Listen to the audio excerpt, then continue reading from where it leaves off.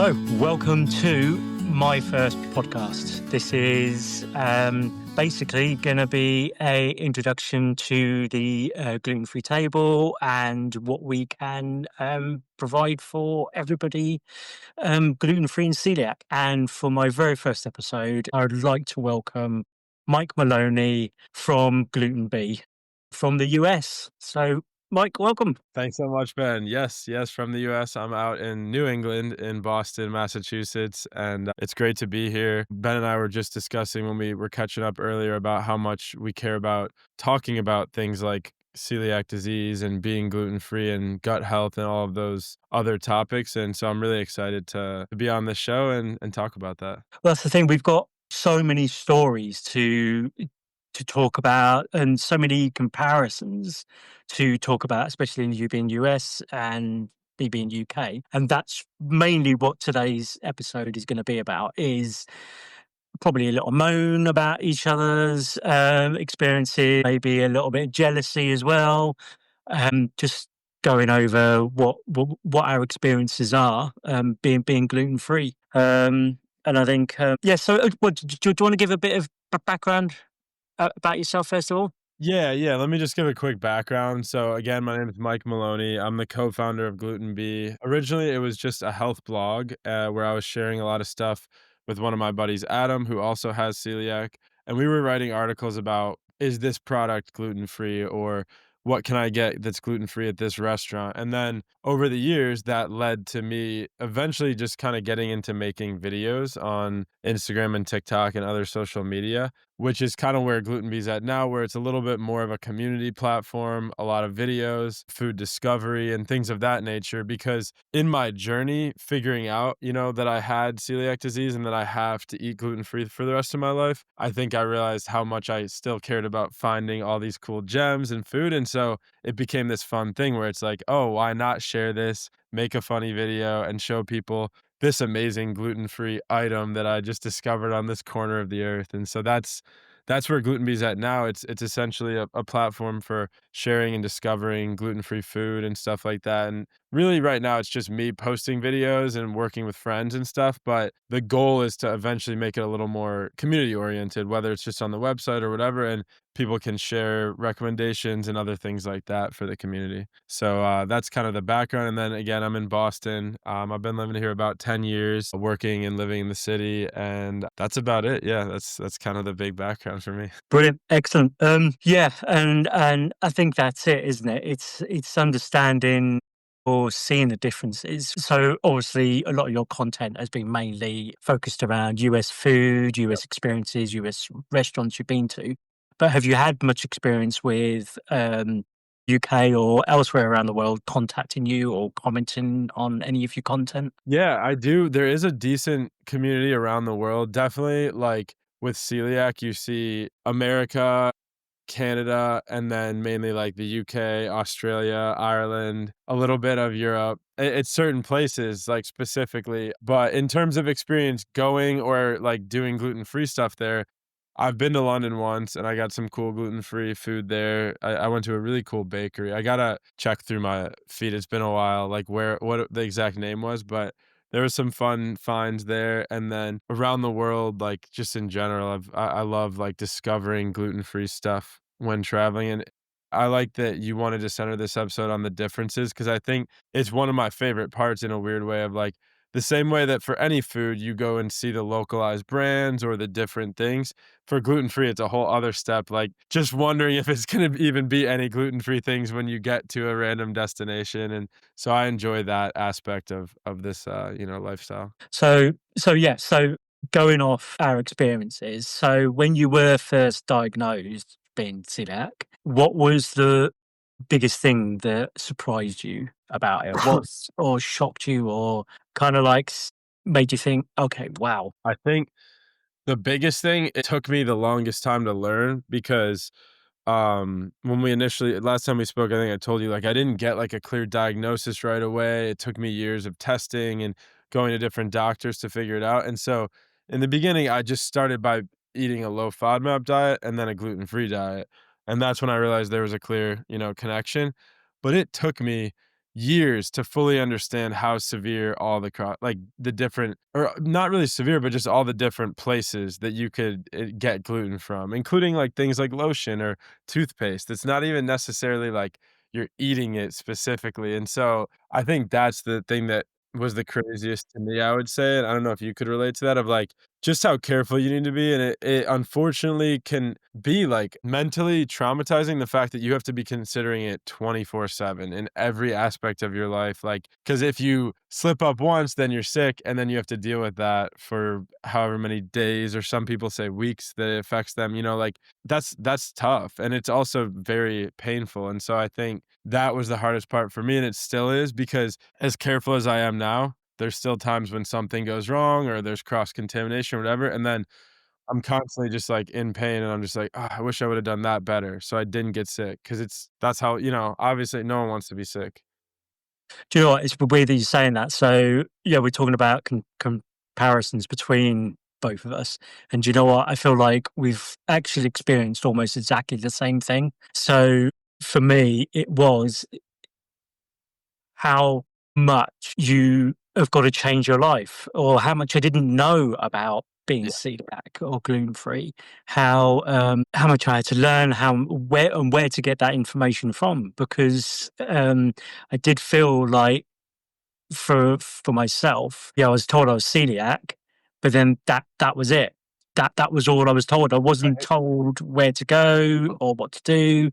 Yeah. Um, and I think it's changed a lot now, because it's a lot more out there. But for me, it was only still what 8 years ago, 9 years ago, I think. Yeah. So yeah, so I think experience wise, I think we've both had almost the same sort of experience there. Yeah, and that may be also why we had a similar experience, because mine was it was, like, 9 or 10 years ago, so the same thing where it was, like, back then. Hopefully, it's different now, I don't really know, I haven't, like, talked to as many doctors about it, but it was the exact same thing for me. It was literally like, "Okay, go try this diet," essentially, like, the low FODMAP slash gluten-free, like, "Just go try that and see if it works," and then that was all the resources I got, and then it's Mm. like, "Okay, what else?" Like, that included the diet itself, basically the idea of, like, just stop eating bread, but I had no idea the extent of, like, what we're talking about now, like cross-contamination and things that Mm. aren't even brought up. And if you're still getting sick, that was one of the other problems I dealt with, is, like, I was still getting sick for a while in the beginning, and I was wondering why, and I had no idea about soy sauce. I had no I So all these little things in the Yeah. kitchen, even, like, shared utensils, or, like, shared butter, shared peanut butter,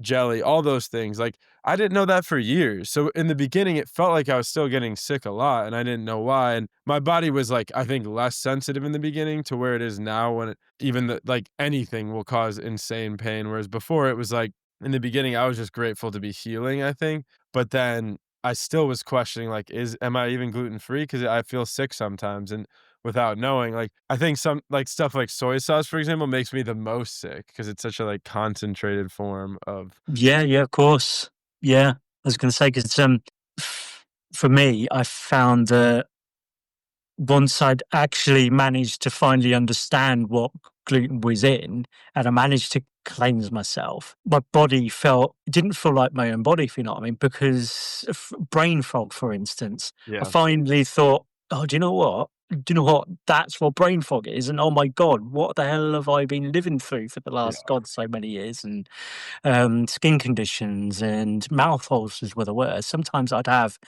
like 10 or Oh, wow. 15 odd mouth ulcers and I couldn't talk properly. And Wow. the diagnosis was just hard because being able to go to the doctors and say, and them saying to you, right, for you to be able to get a celiac diagnosis, though, you need to eat gluten for the next 6 months. And you're like, okay, that's fair enough. But work are already really annoyed with me. If I have any more time off, I'm potentially going to lose my job. Yeah. Um, and that was risky in itself, obviously. And I was so close to losing my job. I ended up getting brought up in front of HR. Wow. And it's kind of weird because I work for HR now, which is even more.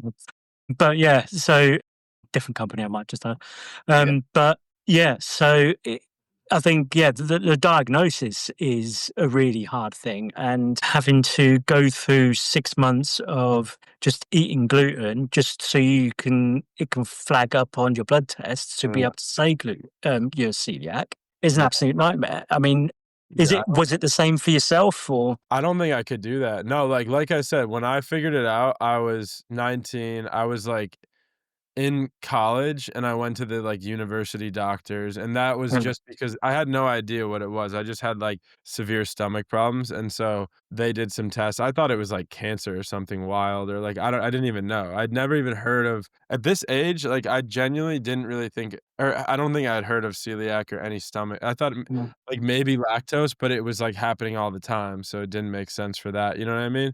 And so when I went to the doctor, like, I don't like, they did a bunch of tests because of that input, I think, thinking it was something like that, and then it wasn't for another year or 2, like, or, like, 6 to 8, 10 months later when I was back home with my parents getting tested at our, like, local doctor, that they just suggested the gluten-free diet. That was really, like, the diagnosis I got, like, there was blimey. no testing, and 'cause they never asked me. That's another thing, they never asked me about celiac disease, they didn't say anything about, like, I don't know if it was just the doctors didn't know or whatever, but, like, in hindsight, I'm kinda surprised they didn't, because I have a family that is genetically predisposed to it. I think there were other people in my family who had, like, stomach issues. It wasn't diagnosed either, Yeah.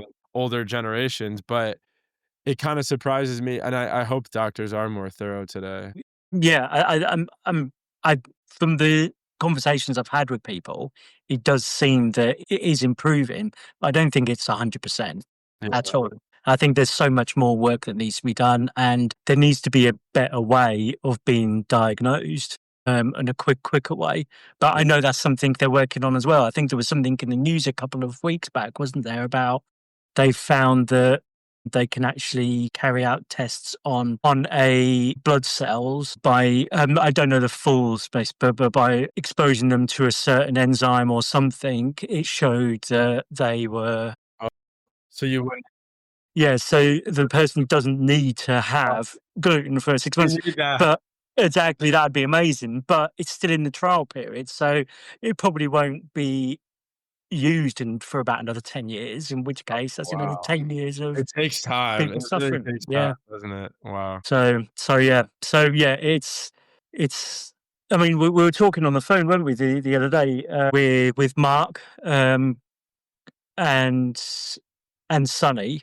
We were talking about the time that it takes for people to get diagnosed, and Yeah. I think Mark said what was a couple of weeks for him, Oh, with which was you mean with Matt? absolute.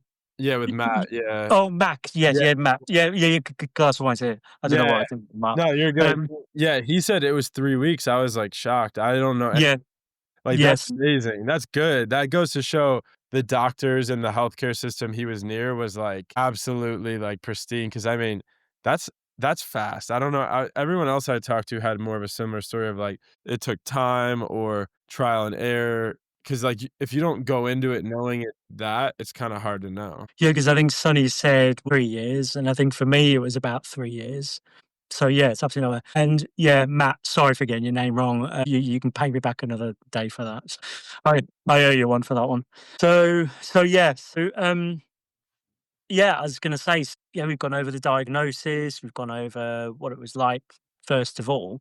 I think the big thing that I think is on everyone's mind when it's gluten-free is eating out. What's it like going out to a restaurant? I mean, how easy is it for you to go into a restaurant in the US or around where you are and say, "I'm gluten-free, what do you have on your menu?" And is that a yeah, is it easy? I would say it depends, like, where you are and, like, the circumstances. For me, at this point, it's gotten easier. The biggest thing is using, like, different apps or things that will help, like, find places that are, like, recommended by other people with celiac. I used to be much more laid back, like, early days before I knew how serious, like, all the cross-contamination was, and I would just look up gluten-free on, like, Google Maps, and then you just see anything gluten-free. But then over time, I've gotten stricter where, like, I trust the opinions of other people with celiac better. So There's still tons of options, like, I do live in Boston, so it's a major city. I'm near New York, I go there, and these are both, like, 2 easy places, I would say, but even in the suburbs, there's options. A lot of places in America will label, like, either gluten-free or just, like, certain allergens. You can always talk to, the waiter or waitress and say I always recommend saying you have, like, celiac disease or you have some type of a disease or disorder because they just take it more seriously. Whenever you just say gluten-free, sometimes it's like a line item, they just check it off, and I'd rather just make it more like an allergy, because then they flag that dish, and they hopefully will make it separate from anything gluten containing and stuff like that, but, generally speaking, I have a decent experiences going out in the US, but I'm curious, how is it in the UK? Is it similar, or would you say it's harder? It's interesting.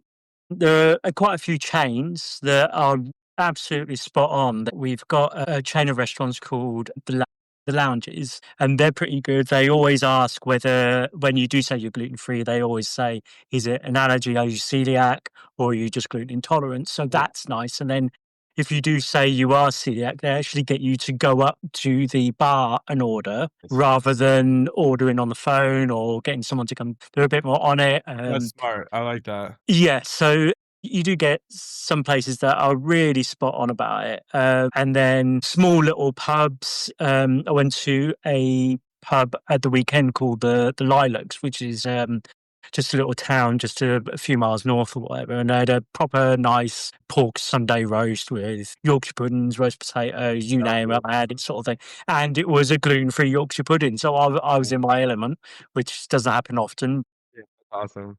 but they were absolutely brilliant, and then they were really nice. They purposely went out their way to get the Yorkshire pudding for me, and then it came around to desserts, they said, "Oh, we've got some cakes in this display," and I had a look, and they had like a Black Forest cheesecake, and a passion fruit and orange cheesecake, which I've got to say is the most amazing cheesecake I've ever had. And That's I awesome. was so happy. I mean, it was brilliant. So yeah, they definitely made my day. So, That's awesome. but yeah, it is a case of some places are absolutely brilliant, other places are not. I remember couple of years ago when my me and my wife went to a restaurant. She wasn't my wife at the time, but we went to a restaurant to have something to eat. And I remember sitting down, and I actually asked, "Oh, have you got any, you've got your gluten-free menu?" The waiter didn't even know what I meant. No idea. So we kind of like just got up and left. You know what I mean? And that's a little bit worrying considering that I honestly think that, well, all chefs or everyone that serves you, especially here in a restaurant, should know what Yeah, gluten-free or any allergies at the end of the day. yeah, Because although being gluten free isn't immediately dangerous, as in it can't kill you straight away. It does have long term effects. So it's one of those things that really do yeah, affect you, and especially if they don't know much about allergies. So what's worrying is if they don't know about allergies, maybe they don't know about nut allergies, and then that's even yeah, more worrying for people that do have nut allergies because that's so dangerous for them. So yeah, yeah. it's No, a bit of a worry.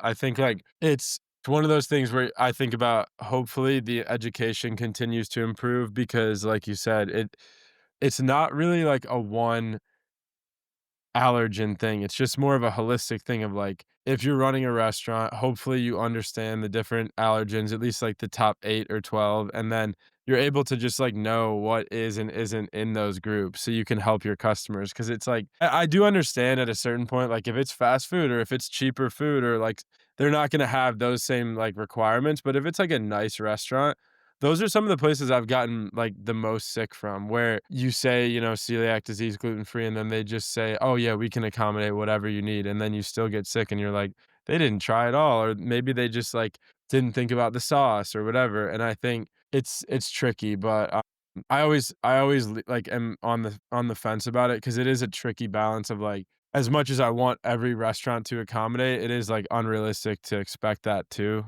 on the other end, and so, like, in terms of at least, like, every restaurant in the world, like pizza places, etcetera, but, like, if it says, gluten-free anywhere on their menu, like, you'd hope that they're advertising that safely and not the whole gluten-friendly trend that people talk about. Gluten friendly. That to me, I don't understand that whole terminology. I don't want to be friends with gluten. You know what I mean? It doesn't like me, and therefore I don't like it. It's just, like it's unfortunate because you can tell it's, like, either somewhere along the way, like, someone who's into marketing or whatever got along with that, where they're like, "Oh, we can't do gluten-free, but we're gonna find a way to get as much on our menu as we can." Yes, yes, oh, definitely. Like, it's frustrating 'cause there are segments too, though, people who don't have any risk of, like, cross-contamination or they eat it by choice, and that's where those kinds of things come in, and I think that's the where a lot of that frustration comes in from people with celiac of, like, it sucks when you think you finally found a spot that has gluten-free, and then you find out it's, like, not actually safe to eat for you, and then it's like, what's the point of even having it? Yeah. Yeah, well, I mean, then that goes into the next part of, like, supermarkets, Yep. shops, and buying gluten-free is yeah, I mean, for US, I mean, sometimes I look on Amazon for gluten-free stuff, and I do see some stuff on there that I think, yeah, you can tell that's American, but Yeah.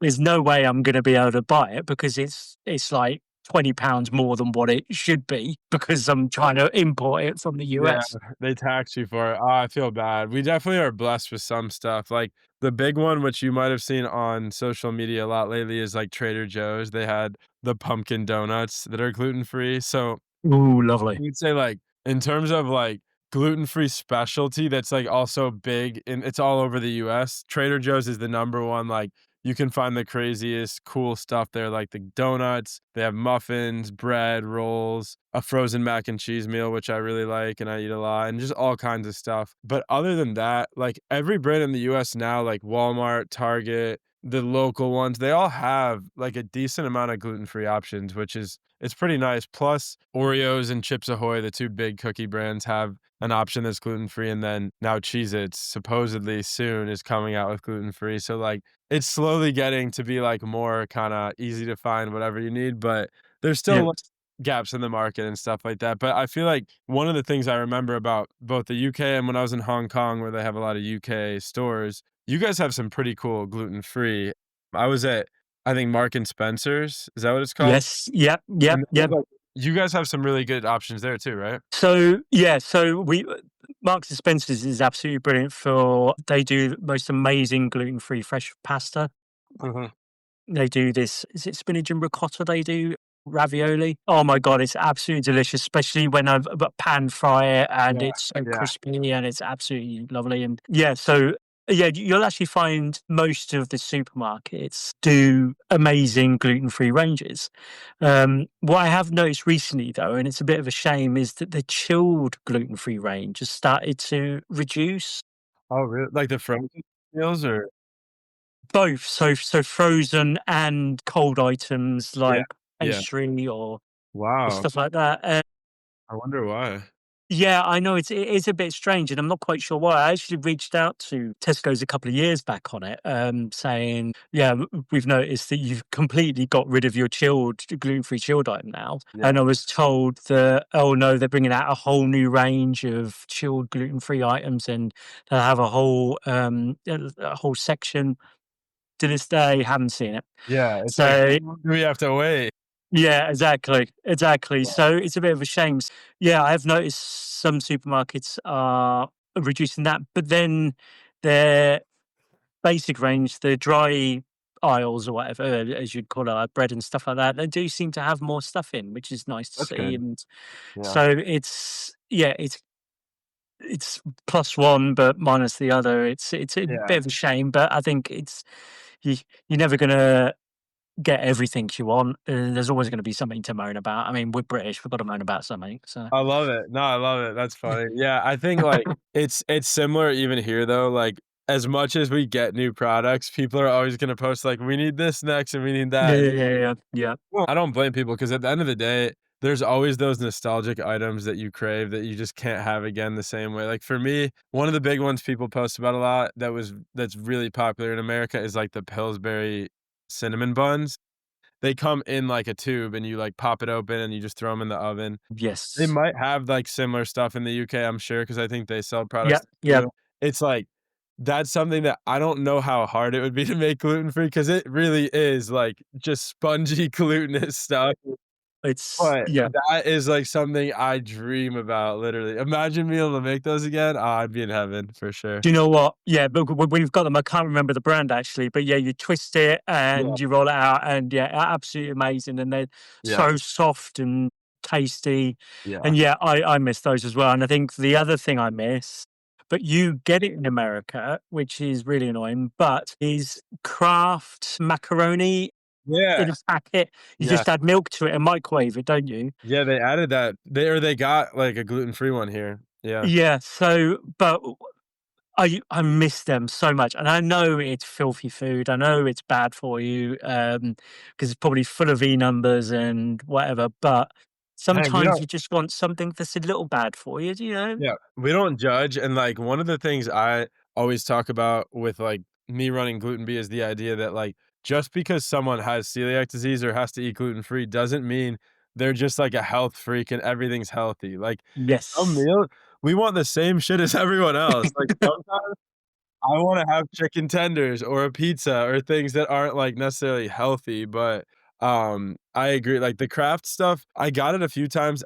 I kinda just didn't like it anymore, but I do like, it's nice to have the option again, Yeah. but I know exactly what you mean because even I'm trying to think of another, even, like, the Oreos or Chips Ahoy gluten-free, they're not healthy by any means, but Oh some God, no, like, when no.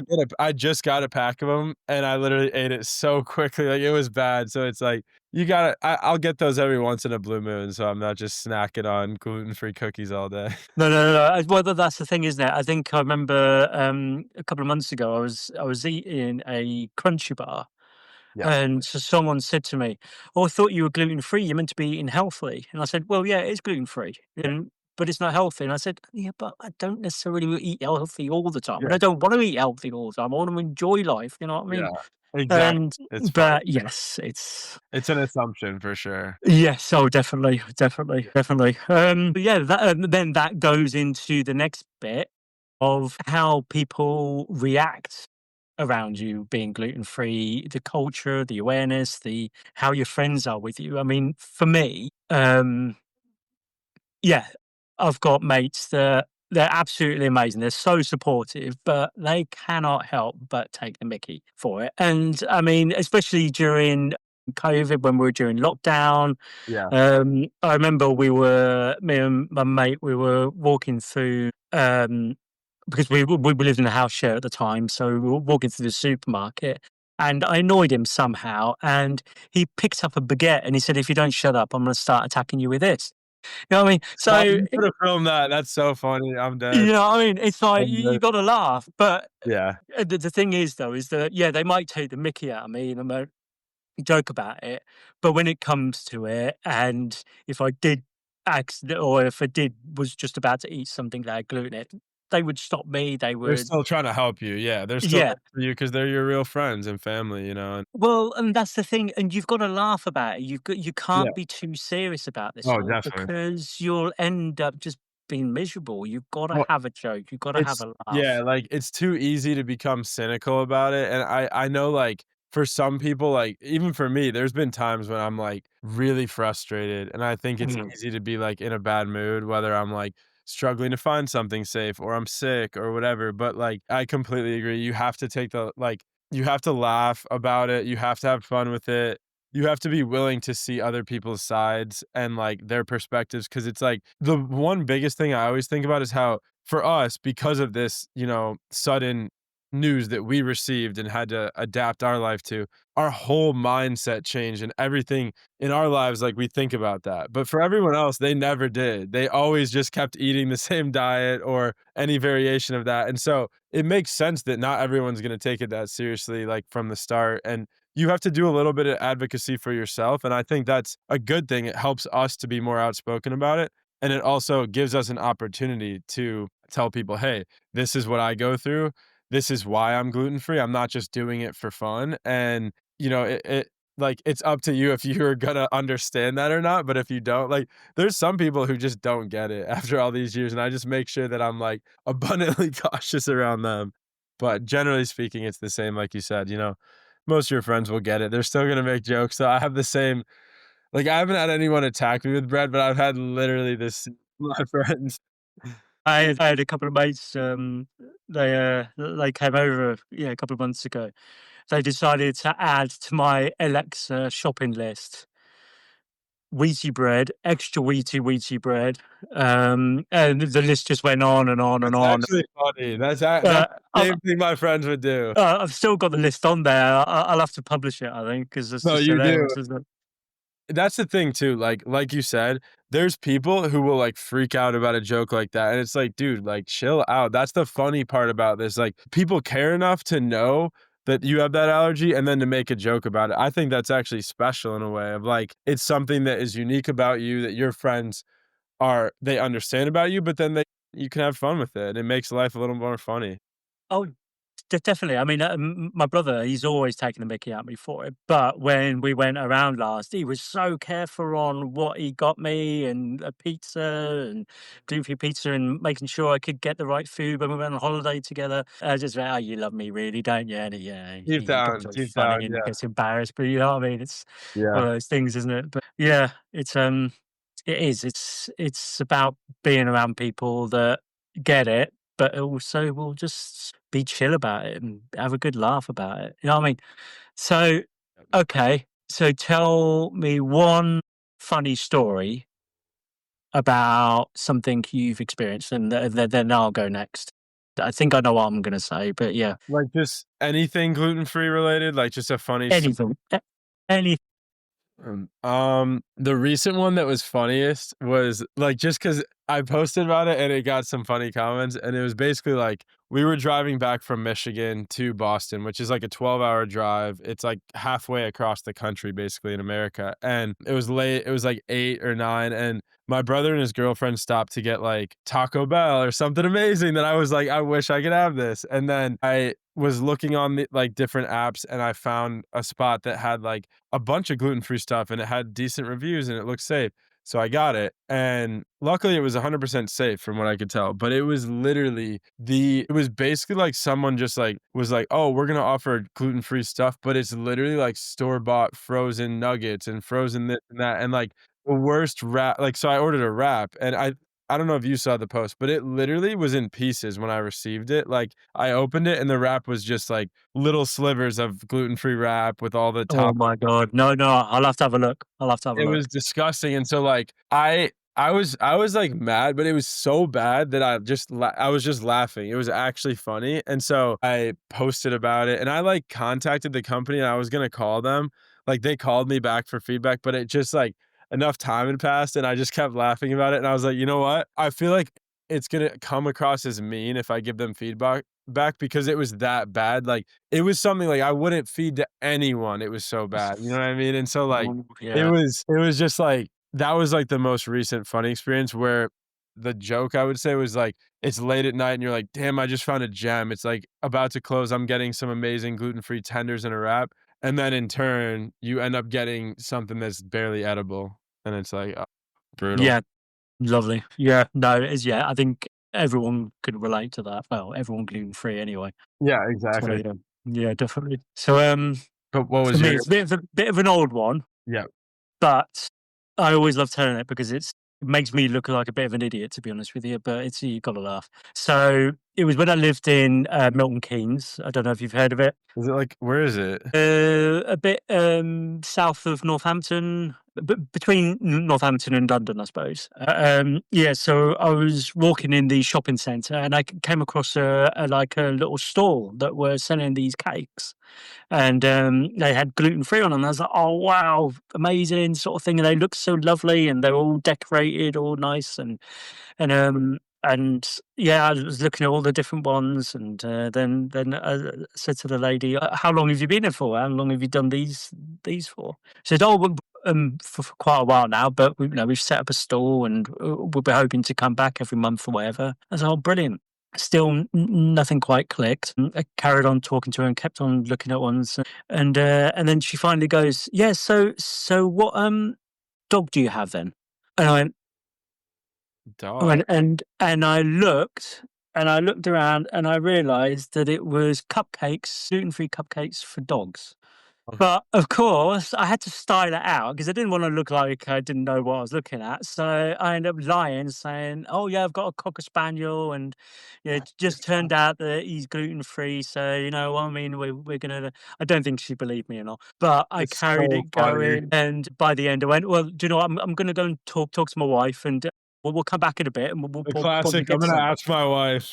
Yeah, yeah, exactly. So I went that way, and didn't come back this way, and Oh, no, that's yeah, so so that was the funny. most embarrassing thing. And well, as I was walking away, I looked, and all around it had dog biscuits, like dog treats. How on earth I didn't see? I That's mean, funny. it's Hey, really you were worrying. locked in, laser-like focus on the cake. I don't blame you. Oh, it is, it is. It's my sweet tooth. So as soon as I saw cake, I'm the everything same else just way. went. No, I'm the same way. I mean, yeah, that's actually funny because on the one hand, people joke about the gluten-free stuff for dogs, but it's actually funny, but my parents, like, the family dog we had growing up, she's gluten-free too, which is, like, ironic because Yes. the other member of our family that's gluten-free, but it was one of those things where, like, literally the vets were able to diagnose that for her, you know? But how funny is that it's a real thing and not just, like, a joke either. Well, yeah, exactly, exactly. But yeah, amazing. So yeah, brilliant. Excellent, Mike. Lovely to talk to you. It's been absolutely amazing. Quite illuminating as well, actually, seeing how we both have what we've experienced. You being a US, myself being UK. I think the differences are just quite interesting, but the similarities are actually quite interesting as well. So, yeah, Mike, thank you for joining. Really, really do appreciate it. Thank you, Ben. I appreciate it. I'm looking forward to the next episode. Like we were just saying, if anyone has a question, comment, or idea about what they want us to talk about next time, leave a comment or shoot one of us a DM on Instagram. My page is at GlutenBee blog. And then what's your page again? The GF table. So yeah. So it's message us, leave a comment on Instagram or leave comments on the podcast, depending on whatever platform you're on. Just remember, hit subscribe, share as much as possible. I know it's new. Hopefully you like. But yeah, we want to give you content that you want to hear, you want to see. Yeah, it's been absolutely brilliant talking to you, Mike. So it's been amazing. Thank you for joining. Likewise. Thanks, Ben. We'll catch you next episode.